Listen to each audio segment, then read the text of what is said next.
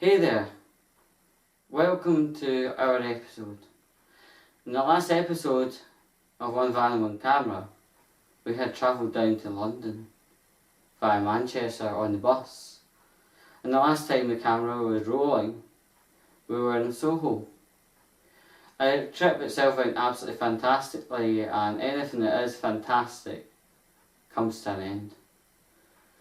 And I didn't exactly like the thought of travelling back to Glasgow by coach because it's always noisy, you don't get very much sleep, and there's always someone shagging in the toilet or the back seat. So I thought, proper good sleeping time, let's get a sleeper train. And we're in London Euston Station, and the sleeper train's right behind us. And looking at this power car, the paint job looks horrible, and I really doubt it's automotive style. Yeah, boy! This is what the inside of the sleeper train looks like, and basically there's two carriages where there are seating, and the rest of the train is made up by what you call bedrooms, also known as berths. And I'm absolutely certain, without doubt, there is a shagging that goes on in these what you call berths on a daily basis. But I'm sitting in the seated part of the train, and there is a food service on every night on every train, and this train is going to Glasgow Central, and it takes about 7.5 hours compared to the daytime journeys that are 4.5 hours, and this is so that the train doesn't wake up people from sleeping and doesn't disturb the kind of surrounding residents on the West Coast Main Line between London and Glasgow. So that's all the technical stuff over and done with, so let's get on to the next scene. And yes, it was a very, very nice journey. I was given my eye mask. I put my eye mask on about 12:30, and the next thing I remember was waking up slightly, and we were leaving Motherwell station, so you can tell how good a sleep I got. And the plan for this episode, going up to the west coast of Scotland and visiting Oban. After I had left the sleeper train in Glasgow Central, I had to make my way to Glasgow Queen Street for the Oban train. On the way along, I stopped at Costa Coffees, got myself a coffee, something nice to eat. Journey is about 3.5 hours by train. I would suggest going by bus because one, it's cheap, and two, the scenery you get to see around Luss and Arica is absolutely fantastic. I'm here and I want to let you know that I've rented out a flat to help with the episode for today. Now the flat does look really super for a studio flat, eh? Anyway, I'm going to crack on with the news, and that's MotoGP news. And the MotoGP star Valentino Rossi has made it very clear what his stance on regard to pineapple on top of pizza, and he does not condone it. He is right switched on. Glasgow news. During the COVID lockdown, two mothers had decided to meet at a children's park to settle a square go, i.e. they were fighting in the kiddies park, and it was later at night, and quite rightly both got arrested. Technology news. PlayStation 5 and Xbox X Series consoles are due for release very shortly. The Xbox X Series, the disc tray is back from what I'm seeing. Glasgow news and justice news. There are mammoth amounts of people demanding street names within Glasgow's Merchant City to be renamed, and this is because there are a lot of street names linked to people that were involved in slavery or racism. Why is Glasgow getting picked on so much? I mean, yes, Glasgow does have a murky past, but what about Newcastle, Birmingham, Plymouth? There's a lot that goes on to actually get a street name changed, and you know, if we're going to be doing that for Glasgow. It would have to be that right across the system, and to be honest, everything would bottleneck if we started going down the avenue of renaming streets. Travelling news. There was a couple caught on the motorway coming up from London during lockdown to have a holiday in Motherwell. Motherwell being a holiday venue? Since when the fuck did that happen? I think that's more a story that was concocted because no one goes to holiday in Motherwell. Sports news. In the wrestling world within Scotland, there has been a speaking out campaign. Victims of abuse have came forward, and they are very, very brave people to go forward and let the world know what happened to them. Rightly, wrestling promoters started washing hands of people that have been known to cause abuse, and it is going to have to provide a conversation about how to vet wrestlers in the future. But my hope will never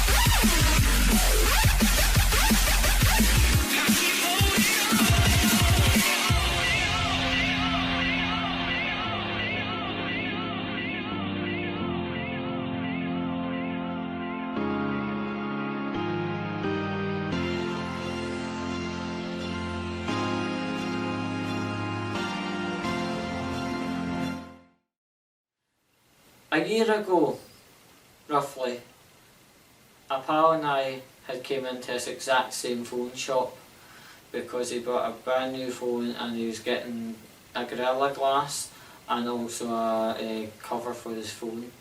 But we're here today to do in real life wall of fail, because some people's antics ring out as only one thing: unacceptable. I fail the Corona Robocop. This lady is known for her antics around Annie's Land, i.e. the Morrisons and any other store, and basically she would turn around to people and start barking, implying that whoever she's shouting at is breaking the social distance. And this photo illustrates how far between her and my mate, and she turned around on my mate and started giving him dog's abuse. The savage irony and hypocrisy in this matter is there was a person that was part of a couple only like half a metre in front of her, and she had absolutely nothing to say to them. This couple were snogging and she had not a thing to say about it. This woman is an absolute clown. A win. Comedy on Facebook regarding coronavirus, and comedians have not been able to get to their venues like Stand and various other places, so they've took to Facebook. They've used a webcam and they've did comedy from their living room, their bedroom. I feel aimed at statuses, it just looks so fucking needy and childish. And if you're doing aimed at statuses over the age of 25, you need fucking mental help. And the two people in this thread, they're not exactly Harvard students, and to be honest, they're just making themselves look like little bitches. Our cause for concern: change.org petitions. They've got good situations they're fighting for, but ultimately change.org petitions change absolutely fuck all. In real life, fail. People who brick police officers in the face during protests, I mean, these are exactly the same kind of people that that phone 999 and expect an emergency response because somebody disagrees with our Facebook status and it's absolutely sickening behaviour. Would you like brick in the face? I don't think so. And also, pulling down statues, that's another fucking fail. And the thing is, like, if you don't pull the right way, the actual statue could come down and clobber you and kill you. And a real life win, diversifying during lockdown. I've gave one example about comedians. Instead of doing in real life shows, I've took to Facebook, Twitch. Also companies out there like laundrettes, for instance. I mean, I'm taking the example of Shafton Laundrette, right? They have been able to be given a fabric and made the fabric into masks, and you can buy one for £4, two for £7. Gentle plug for them. Alone, vulnerable, at risk, until one light, one prayer got involved. We're the same crazy bastards who brought you.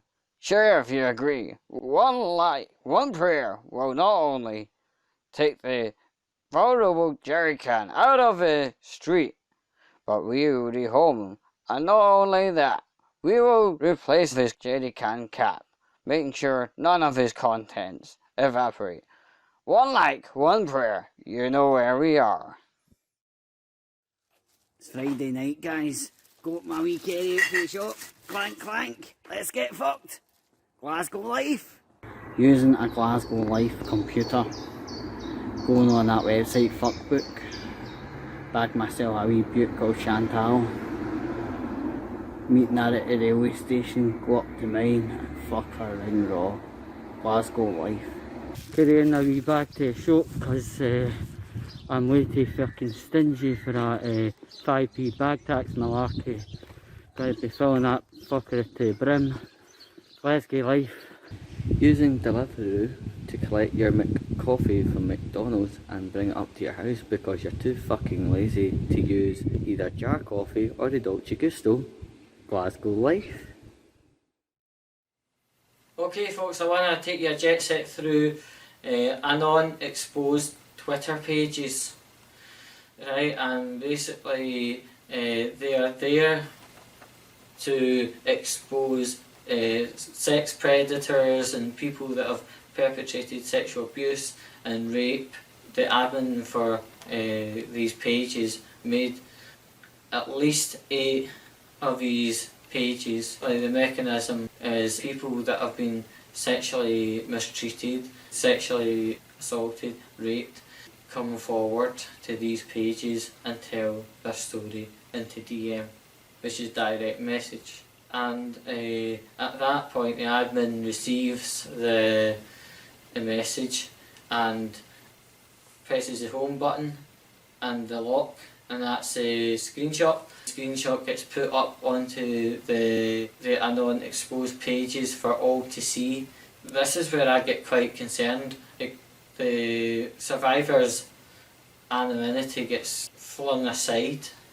You'd have thought the admin would have kind of generally got a general summary of the situation and then scored out the parts that would be unsuitable for general audiences, but no. My concerns are, the victim's name gets brought into things, and then also the description of what had happened is completely unaltered, and I think in some cases it is unfit for public eyes. Who is this admin? Is this person Scottish? Is the person from Britain? Is the person from America? Is this somebody from India? I have had a wee bit of insight to say, it's somebody within Scotland that's doing the adminning, but it's that age old fact, your mum's probably told you don't talk to strangers. And also there are professional pages out there to talk about, incidents of sexual harm and rape and stuff like that, and they do not operate any molecom similar to what's going on here. But these anon exposed pages have actually all but gone, and also the admin was talking about police being involved. Okay, bastard trolley recovery. Needless to say, we know how trolly this guy is. Try to nick him. But anyway, we're a charity and we'll look after him. We'll give him as much as we can, help-wise, push the trolley out into a better direction in life. It's no easy for us trolley, but if you know any trolleys that need our help, just Facebook the page or give us a wee quick buzz.